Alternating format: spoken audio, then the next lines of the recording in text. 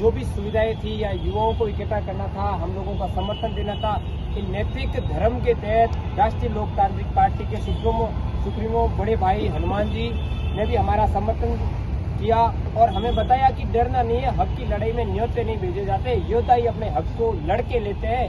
वो किस प्रकार के लड़ाके हैं मेरे को बताने की ज्यादा जरूरत नहीं है, क्योंकि राजस्थान का एक बच्चा जानता है कि हनुमान जी बेनीवाल क्या चीज है। सदन से लेके सड़कों से लेके सदन तक किस प्रकार सरकार को चेतावनी देके अपने काम करवाते हैं, लड़ते हैं। और आपको पता है कि ये शहीद स्मारक हनुमान जी के नाम से किस प्रकार उन्होंने अपनी मांगों को मंगवाया है, वो आपको भली भांति जानते हैं। हम लोगों ने ये डिसाइड किया है, संदीप जी और पूरी संघर्ष समिति और युवाओं से भी हम लोगों ने बात की, तो हमने अंतिम ये निर्णय है कि अब ये आंदोलन को हम स्थगित करके आगे ले जा रहे हैं, क्योंकि सरकार ने हमें पहले से भी समय मांगा था कि भाई अपन को 7 दिन का समय दिया जाए, क्या वो रणनीति रहेगी, हम उस पर विचार विमर्श कर रहे हैं। और अगर अपने हक में अगर फैसला नहीं आता है तो यही आंदोलन 3-4 दिन के बाद हम लोग आपको ग्रुपों के माध्यम से, जो हम लोगों का ग्रुप या संघर्ष समिति का जो ग्रुप बना हुआ है, जो मेंबर्स है, उन सबको आपको अवगत करा देंगे।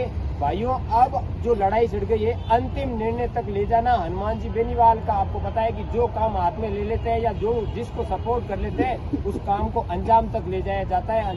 अंतिम निर्णय क्या होता है उस तक ले जाया जाता है। इसलिए मुझे पूर्ण विश्वास है, आज से मैं कह रहा हूँ कि हम हक की लड़ाई के लिए सीटें लेके रहेंगे, अपनी मांगे मनवा के रहेंगे। किस प्रकार मांगे मनवाते हैं या किस प्रकार की रणनीति है, आप लोगों ने देख ली होगी कि यहाँ से अपना समय 4 बजे समाप्त हो गया था। भाइयों, परमिशन किस प्रकार एक्सटेंड करवाई है, रात को शहीद स्मारक के गेट भी खोले गए और युवाओं को या सोने भी दिया गया, बिस्तर भी लाए, सब कुछ हुआ होगा। आप लोग देख सकते हो, बिस्तर भी यहाँ पड़े हैं, सारी व्यवस्थाएं भाई साहब की सानिध्य में हुई है। तो मैं पुनः श्रवण जी बड़े भाई साहब का भी धन्यवाद देता हूँ कि उन्होंने एक मांग पे उनका राजनीतिक स्वार्थ नहीं था। भाई साहब ने बोला है कि मैं निस्वार्थ भाव से युवाओं के साथ पहले भी खड़ा था, आज भी खड़ा हूँ और आगे भी खड़े रहेंगे। इसलिए मैं पूरा धन्यवाद देता हूँ भाई साहब का। और आपने देखा होगा कि राष्ट्रीय लोकतांत्रिक पार्टी किस प्रकार युवाओं के साथ खड़ी होती है। उनका किसी प्रकार ऐसा नहीं है कि कोई इलेक्शन के लिए वो कर रहे हैं या फिर कुछ और कर रहे हैं।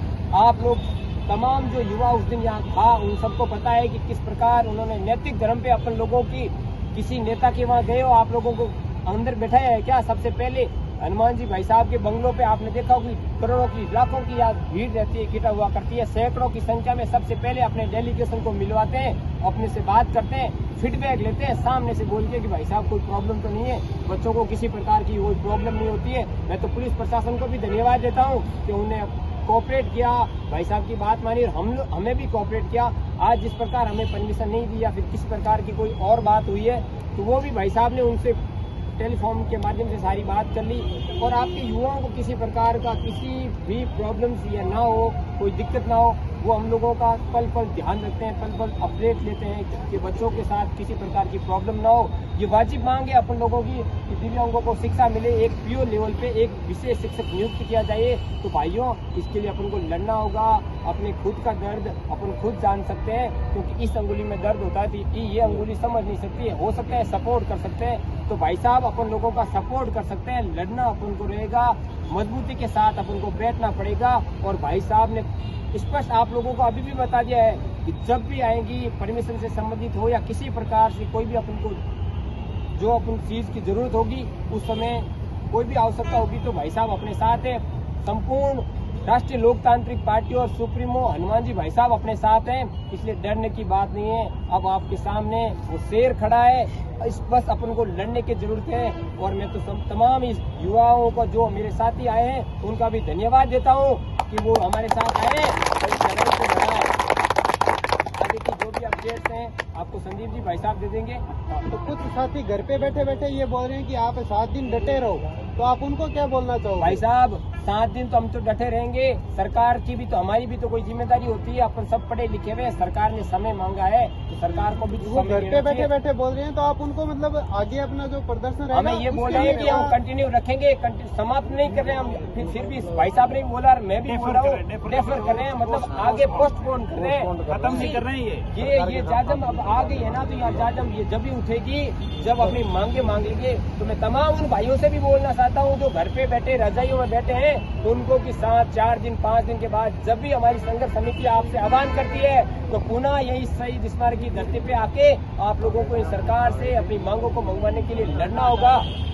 ज्यादा से ज्यादा संख्या में होगा भाई। इस संख्या बाकी अपना जो मेन मुद्दा है वो ये है कि जो विशेष बच्चे हैं उनको शिक्षा मिले, वो जो है वो मुख्य धारा में जुड़े।